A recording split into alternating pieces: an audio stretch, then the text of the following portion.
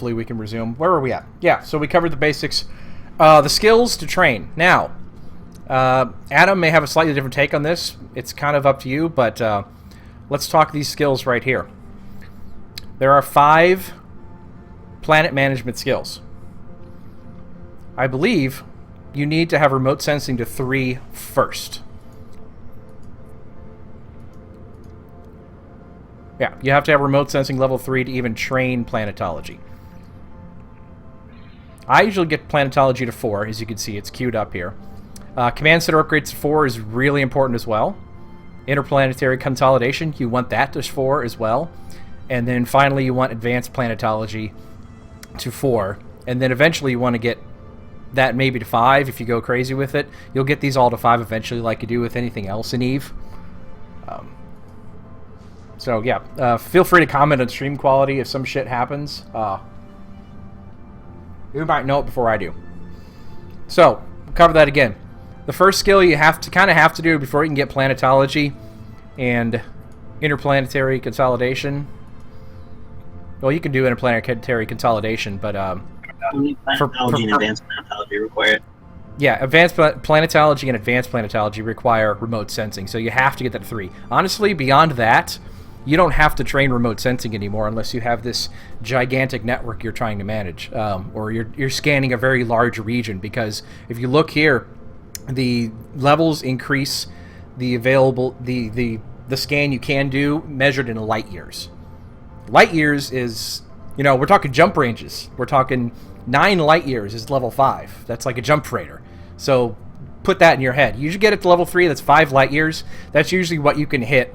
You can hit anything within that with a jump freighter, just to keep your logistics simple. Adam, you got anything to add? I think training it past 3 is ridiculous, because if you have to go more than 2 light years distance to do your PI stuff, you're doing it wrong. Yeah. Or you've got some sort of monster network you're managing. But even then, I don't know how you'd cover that much distance. So, planetology. And you can read these all for yourself. Feel free to open them up in game. But this is basically... your scan precision gets better with planetology, so you want that to 4 so you can get really precise scans to see where the resource pockets are. Advanced planetology adds on to that. Command center upgrades, it's just like upgrading your power grid or your CPU on your ship. You need to have that to build more structures on each planet, because each command center, the core of everything, can only handle so much. It's got power grid, it's got CPU, just like your ships do. That pretty much covers skills. You can kind of see, just looking at how I've planned it out in this character that's not really doing any PI right now, what I aim for. Now, probably get advanced planetology to 4, you can get really precise, but let's see, what does it add? I'll actually look to see what it adds. It gives...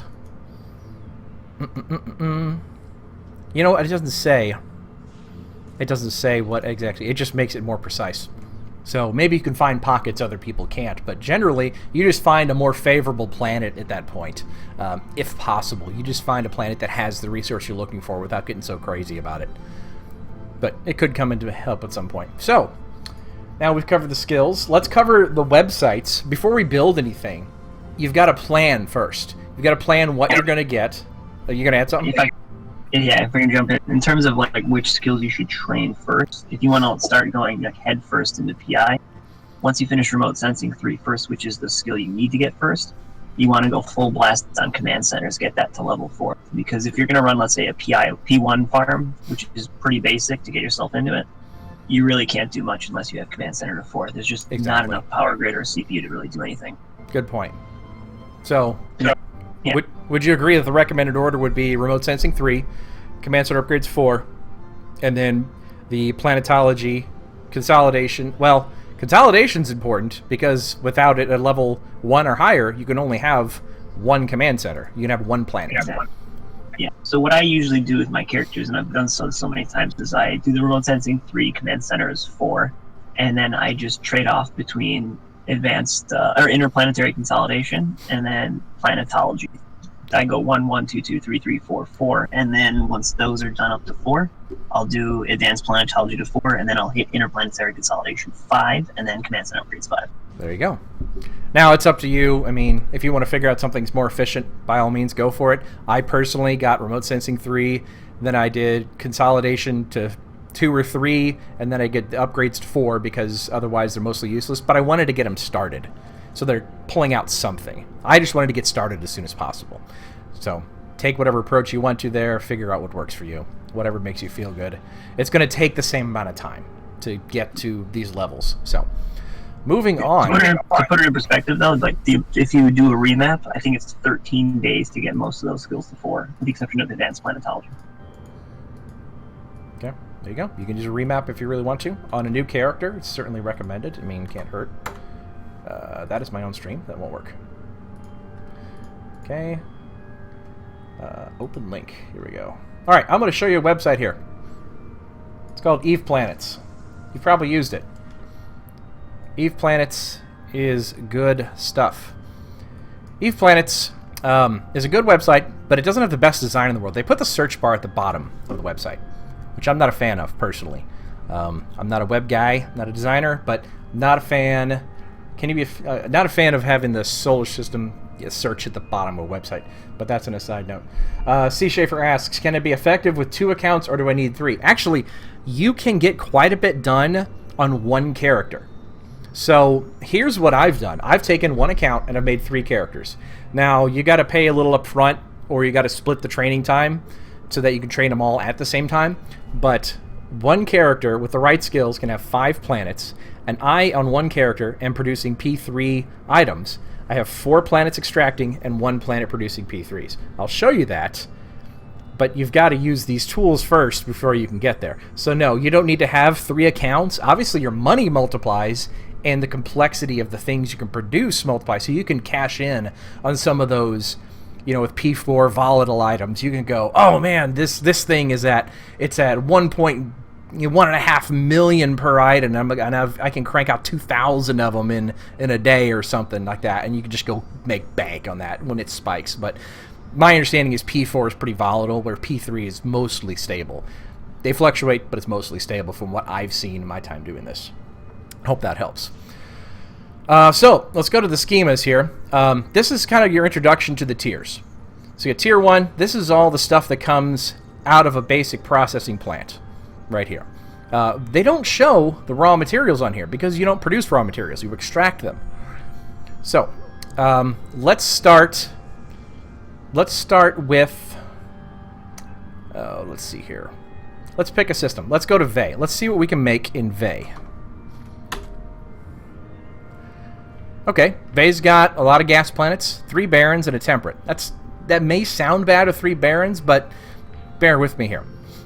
As you can see here, we can make 3 T3 items according to this website. Now, I always double check, but it's pretty reliable. Here's the tier 1 stuff. Here's the T3. It's kind of a transient phase. You want to end up here with this stuff. If you were to click on one of these links on Eve Planets, it'll show you the breakdown of everything you need to get, what it builds, all the way up to the top where you're making your P3 item. So from here, you also get a breakdown of what raw materials are available on what planet. So going left to right here, if you've got Eve Planets open and you have a schema pulled out, you can... I'll put this link in chat, actually. You guys can follow along the presentation. Who's following? Adam Deathstroke! Thank you for following. Is that a new account, Adam? You were already following me, I thought. I don't know. Who cares? So, yeah, if you want to follow along with that link in chat, you can kind of see what I'm looking at. This is a pretty good priced item. It's a desirable thing to produce, but we can produce cryoprotected solutions here in Vey. Now, just because you can doesn't mean somebody hasn't already come in and sucked the planets dry. Now, we're in low sec. We're in a 0.2 system. They should be okay. It gets better the lower your security ratings go. Like if we're in a null sec system, what was it, Adam? You can support 80 people or something crazy like that. You know, we've got a shitload of, 80 accounts basically farming like one system. Yeah. So it gets better the lower the security rating. So bear that in mind when you're looking at planets.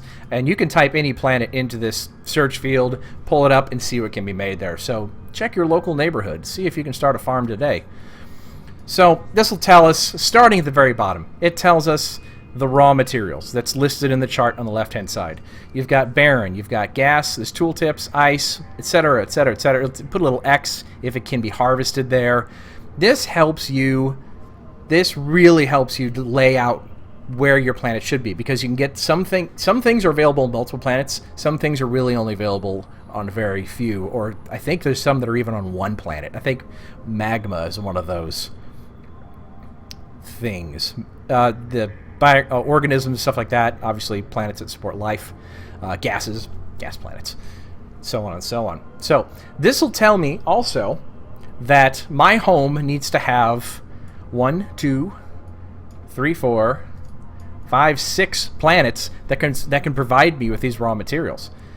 It also tells me that I need 6 planets just extracting raw materials. So if I'm going to producing this stuff, I need a 7th planet in order to produce in that system. The other option would be splitting it between 2 systems and finding a place to put a farm on a useless planet that's not involved in your system. But we'll get into that later. So there's Eve Planets. It's a really useful tool for getting you started. Check that out. Bookmark it. Come back later. Let's get started, though. Let's pretend we're going to make cryoprotective solutions. I've got a single command center we can use. So we're going to say that we're going to get liquids off of one of the barren planets. We have multiple barren planets in this place. We have 2 or 3 barren planets, so we've got those to go around. Barren planets, for the most part, have aqueous liquids. So we're gonna click on the solar system name, bring up this system, the information, check out the orbital bodies. We can view it in planet mode, and this is where we start seeing if this planet's worth anything or not. So you've probably seen the planet mode before. You've probably done this and spun it around and looked at it and go, oh, hey, that's some pretty cool textures. Okay, whatever, bye, and closed it. But you can go over here to the scan mode, and you probably saw that too. And you said, oh, I don't know what that does. Well, I'll see ya. Over here, these are the 5 things you can get on this planet. You can only pick one of those at a time for an extractor to pull out. But you could see how good they are. So this one's not so great for aqueous liquids. Obviously, something like an ice planet or something like that may be a little better, or an ocean planet obviously would be pretty good. So let's slide this here. I'll show you what this does, and you'll see kind of what happens here. I've chosen the liquids. You see, it's got these kind of a heat map going on here. The heat map is kind of the concentration of the selected raw material. If we slide this, you'll see that the colors become more intense as we adjust the sensitivity. So right about there, we've started to hit where we see white spots. These are where we want to put our extractors. You'll see that you can rotate the planet and take a look around. We've got a lot sort of on the south pole, so to speak, as I like to say it, up and down, north and south like that. It may not be true north and south, but it makes sense. If we wanted to maybe cut off the lower deposits where there's just nothing of value there, we can shrink the lower level and actually make those much more fine. That's where those planetary management skills come in when they're talking about precision of scans. This is what you get right here. So we see you got some hotspots down there in the south. We got a bigger hotspot up in the north, but I kind of like having a bigger concentration of them almost. So it's almost a coin flip here. We're going to start by putting our command center near where we think we're going to harvest. So that it makes it a little easier. When you first zoom into your planet, the camera zooms to your command center. You don't have to use a command center in any of these processes, but you have to have one on the planet. So let me do that here. We're going to undock very quickly. There's a Citadel, get it? It always undocks quickly. That was a joke. All right. Now, I say quickly, but it's kind of taking its time now. All right, there we go. You don't need to open your cargo or anything. You don't need to do anything crazy. You come over to the build tab. If you have a command center in your cargo, which I'm supposed to. I think I may have left it. Yeah, it's been left. That's okay. Our station is on the Insta, so we'll just go get it.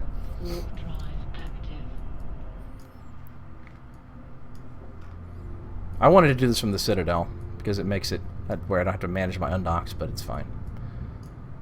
This is a fine station too. Adam, the warmonger says PI isn't overly profitable now. What would you say?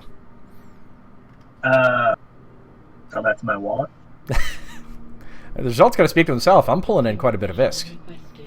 You can just look at any ETH market data and just see that